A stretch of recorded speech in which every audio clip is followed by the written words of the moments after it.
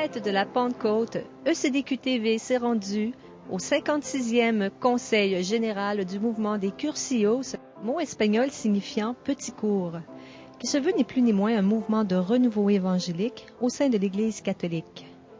Issu préalablement de l'Action catholique, ce mouvement fut initié par Eduardo Bonin, dont l'objectif principal était de donner un petit cours à des pèlerins afin de les transformer pour qu'ils puissent devenir des modèles, des leaders dans leurs communautés respectives, dont l'objectif était de bâtir un monde plus humain et plus fraternel.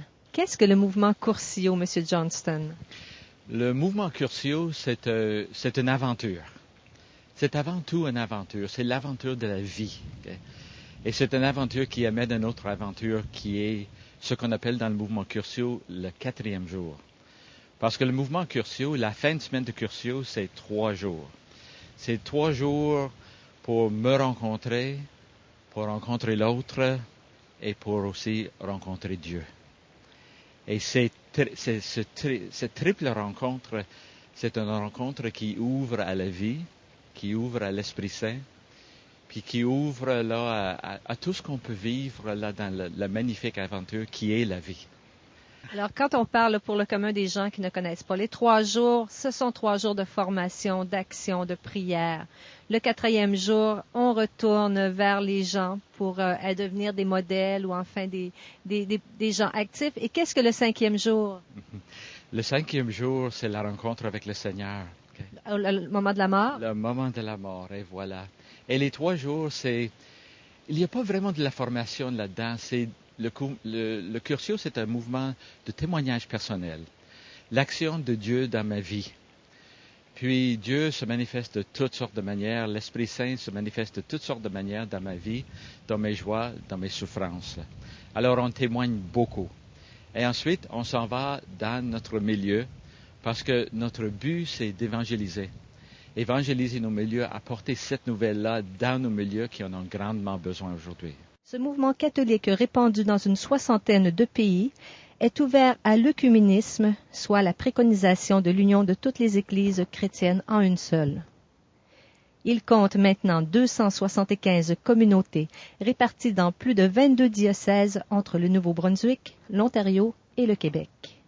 Et comment fait-on concrètement justement de l'évangélisation auprès des gens qui sont soit laïcs ou soit qui n'ont pas rencontré Dieu parce que ces gens-là aussi ont besoin de connaître Dieu? Comment le fait-on concrètement? Ouais. Très concrètement, c'est le témoignage personnel.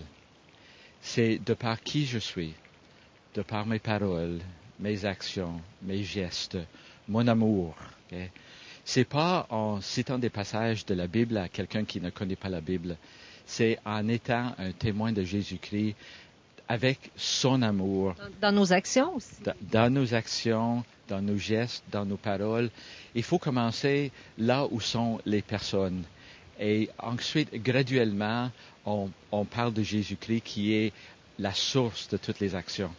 Alors, à ce moment-là, c'est nous, ce qu'on préconise et ce qu'on aime faire, c'est être avec des personnes et témoigner, les aider d'abord sur le plan très concret, très matériel, puis ensuite, après ça, aller vers une explication de qui nous sommes comme cursillistes et qui est la source de cette joie qu'on porte. La prière, la formation, les témoignages, l'action sont au cœur du mouvement des Cursillos qui désirent rajeunir également le mouvement par des actions concrètes et objectifs qu'ils se sont fixés d'ici 2012. La révolution culturelle qui a balayé le Québec dans les années 60, la bousculade religieuse qui a suivi le concile, les improvisations de la formation scolaire, les modifications apportées à notre échelle des valeurs, les rythmes nouveaux de la vie familiale et professionnelle ont profondément changé les mentalités.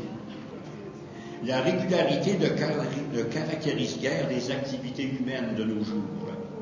Le pèlerinage de Compostelle, qui dure 1 mois au moins, fascine davantage que la messe dominicale, qui s'échelonne sur une année à raison d'1 heure par semaine. Nos jeunes qui participent à la JMJ et aux montées jeunesse ne calculent pas le temps qu'ils y consacrent. mais il se peut que plusieurs passent outre au précepte dominical.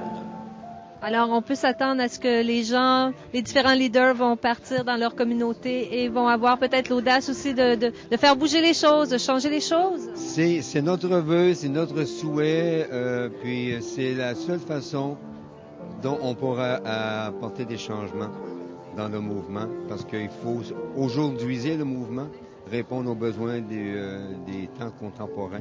Et puis notre souhait, c'est que chacun et chacune aussi fasse une conversion personnelle avant de convertir les autres.